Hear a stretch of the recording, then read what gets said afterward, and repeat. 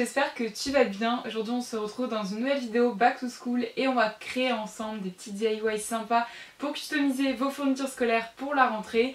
Alors j'en ai choisi 3 à vous partager, c'est vraiment des DIY très simples que tout le monde peut faire même si vous n'êtes pas forcément très créatif, c'était le but de cette vidéo.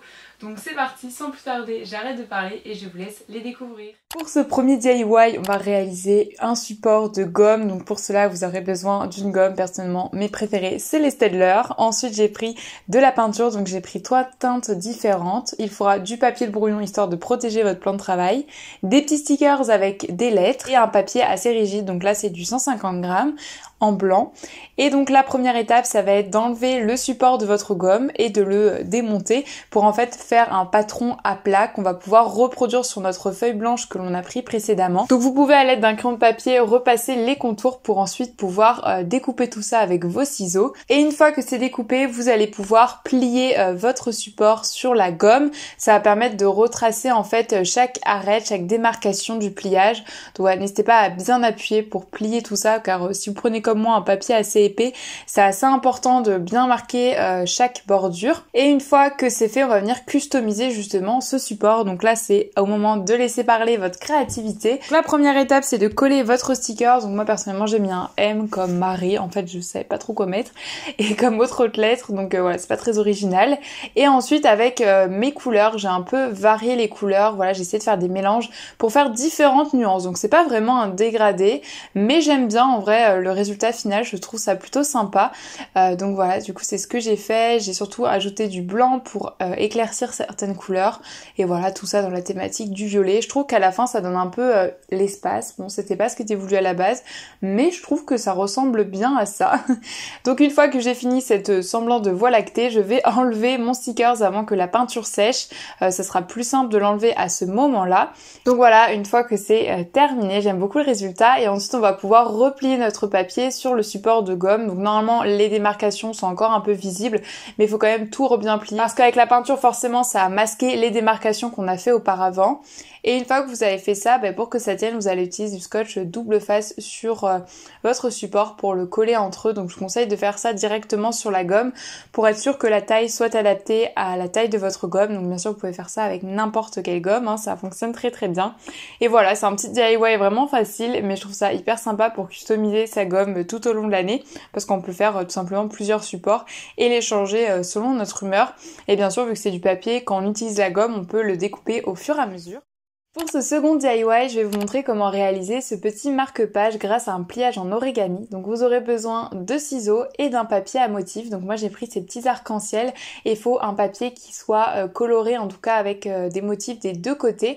Donc du coup ce que j'ai fait, c'est que j'ai pris le côté rose, donc le côté uni où je veux que ce soit à l'intérieur, et l'autre côté, donc là on voit les arcs-en-ciel, je vais le plier sur lui-même pour former en fait un carré. Donc pour ça je plie la pointe de la feuille et je découpe ensuite par la suite mon triangle, et une fois qu'il sera déplié, ça forme un carré. Donc sinon vous pouvez prendre directement une feuille d'origami, mais c'est pas forcément utile, vous pouvez aussi le découper comme moi je l'ai fait.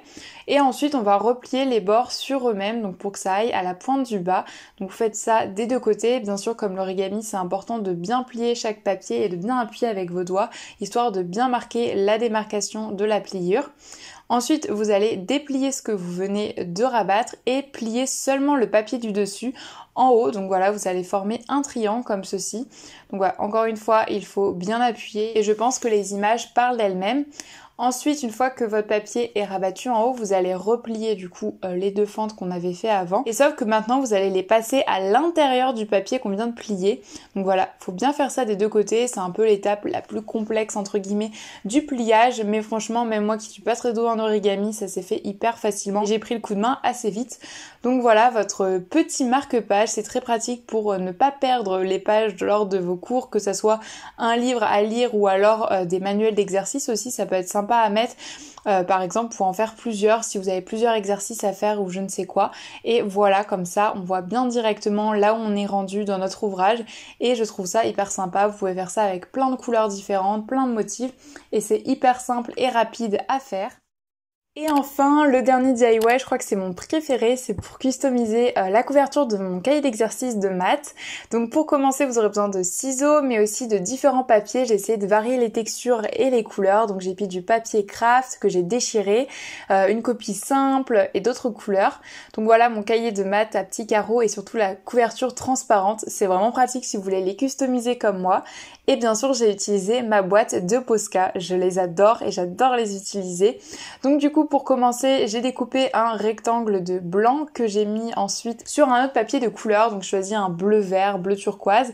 Donc en fait, ça va former une calculatrice. Donc c'est très simple. Voilà, vous avez vu, j'ai collé avec du scotch double face. C'est vraiment, je trouve, le moyen le plus efficace d'assembler deux morceaux de papier ensemble. Ensuite, je vais arrondir les angles grâce à ma paire de ciseaux. Et ensuite, je vais customiser la calculatrice. Donc voilà, je m'inspire de boutons qu'on peut trouver sur des calculatrices. Donc off, pourcentage. Après, j'ai mis tous les chiffres, etc. Donc voilà, je fais pas quelque chose de très précis, le but c'est de faire quelque chose d'assez design, mais pas forcément que ça soit tout droit. C'est pour ça que j'ai pas formé mes carrés à la règle, mais tout simplement à main levée. Et là, je me suis rendu compte que ma calculatrice était un peu grande, donc j'ai recoupé pour que ça soit à la bonne taille. Ensuite, sur une feuille noire, je vais venir dessiner avec un Posca blanc. Vraiment, le meilleur combo qui existe. La feuille noire et le Posca blanc, ça le fait tellement bien ressortir. Donc voilà, là, j'ai dessiné plusieurs choses qu'on pourrait trouver dans un cahier de maths, donc des fonctions, mais aussi des équations, un peu de géométrie également, des soustractions, enfin bref, vous avez ce que vous voulez. Vous pouvez mettre vraiment pas mal de choses. Voilà, là, j'ai encore mis une équation. Après, j'ai dessiné un cube aussi, j'ai mis des lettres, voilà, c'est ce qu'on retrouve habituellement dans nos cahiers d'exercices de maths. Et ouais, le but c'est de remplir votre page. Donc j'avais positionné les papiers que vous allez voir que je vais coller par la suite, mais je les avais positionnés histoire de pas faire des dessins qui vont être cachés après, ça serait pas vraiment très utile. Et donc sur ma copie simple que j'ai coupée, je vais écrire exercice de maths parce que comme je l'ai dit, ça sera un cahier où je vais pouvoir y noter en fait tous les exercices que j'aurai à faire en cours de mathématiques. Et une fois que c'est fait, encore une fois, j'utilise mon scotch double face. Donc celui-ci, je l'ai acheté à Action et franchement il est très efficace pour le prix. Donc rapport qualité-prix, c'est top. Une fois que le scotch double face est appliqué, je viens positionner ma feuille sur la feuille noire et ça rend trop bien. Donc pareil, je viens aussi coller mon petit morceau de papier craft que j'ai déchiré. Je trouve que ça donne tellement une texture différente et c'est vraiment le but de ce DIY, c'était de varier les textures. Donc je trouve que c'est plutôt réussi. N'hésitez pas à me dire ce que vous en pensez en commentaire. Mais je pense que c'est le DIY que j'ai préféré faire. Vraiment, c'était trop relaxant de faire les petits dessins, etc. Et surtout, c'est abordable pour tout le monde. Pas besoin d'être créatif pour le faire. Et voilà, donc une fois que j'ai collé tous mes éléments, ensuite je vais prendre mon cahier, mon fameux cahier où je vais mettre mes exercices à l'intérieur. Comme il est transparent, je vais tout simplement le mettre à l'intérieur, histoire de protéger à la fois mon DIY et comme ça sera nickel et ça va pas bouger. Après j'ai rajouté du scotch double face pour le coller à l'arrière. Mais voilà, mon cahier d'exercices de maths est customisé et vraiment j'adore. Bon, le noir rend un peu moins bien, mais au moins je me dis il sera protégé d'être derrière la couverture. Bon, ça rend moins bien à la caméra, mais en vrai c'est plus joli. C'est que là forcément avec le relief transparent, voilà, on voit moins. Et voilà, cette vidéo est terminée, j'espère qu'elle vous aura plu, si c'est le cas n'hésitez pas à me dire quel est ton DIY préféré en commentaire. Moi je pense que c'est vraiment le cahier d'exercice de maths, je le trouve trop sympa avec les petits Posca, les différentes textures de papier, etc. Donc n'hésitez pas toi à me dire lequel est ton préféré dans les commentaires, je serais curieuse de savoir. Et bien sûr si tu reproduis ces DIY, n'hésite pas à m'envoyer des petites photos, que ce soit par Instagram, en DM ou par mail aussi, j'aime trop voir vos réalisations inspirer mes vidéos. Donc c'était vraiment très simple, si vous avez l'habitude du laisser créatif, ça va paraître hyper simple, mais je voulais vraiment faire quelque chose qui soit accessible à tous. Donc j'espère que j'aurai réussi ce petit challenge. Et sur ce, on se retrouve très bientôt pour la prochaine vidéo de la série Back to School. Et d'ici là, comme d'habitude, prenez soin de vous. Bye!